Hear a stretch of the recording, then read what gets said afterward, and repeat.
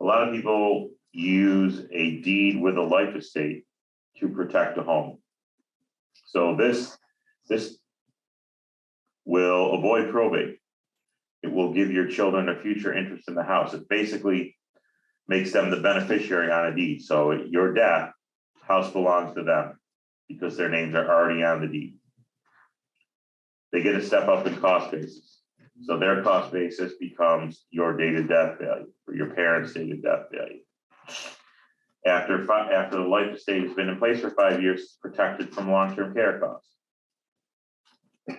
If it's written a certain way, parents can change who the beneficiary is at any time.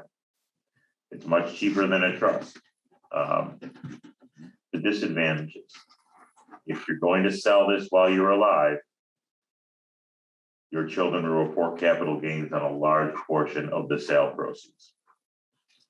So probably 20 years ago when I started doing this, everyone would use life estate deeds because, like my grandparents' generation, they were never going to sell their house. They owned the same house since 1952, and they were never going to sell it.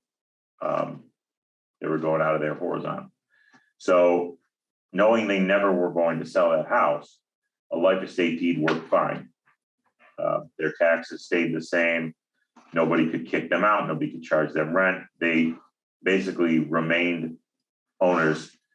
And the only difference was that at their death, didn't go to their estate, it went to the beneficiaries named on their deed or the remainder. When people start selling property or wanting to downsize or just wanting to sell a piece of property because they're in a nursing home and the kids don't want to deal with it anymore. And if you have a life estate deed, the children, the remaindermen, are going to have to report capital gains on that sale. They may be in a position where you're 5 years through and mom and dad want to buy a new house because this house is too big for them. Then you're faced with, well, do we sell it the way it is and have the kids report 70, 80% of the capital gains and then pitch in to buy a new house for mom and dad? Or do they give the interest in the home back to mom and dad, lose the 5 years of protection so mom and dad can sell the whole house and get a capital gains exemption on sale?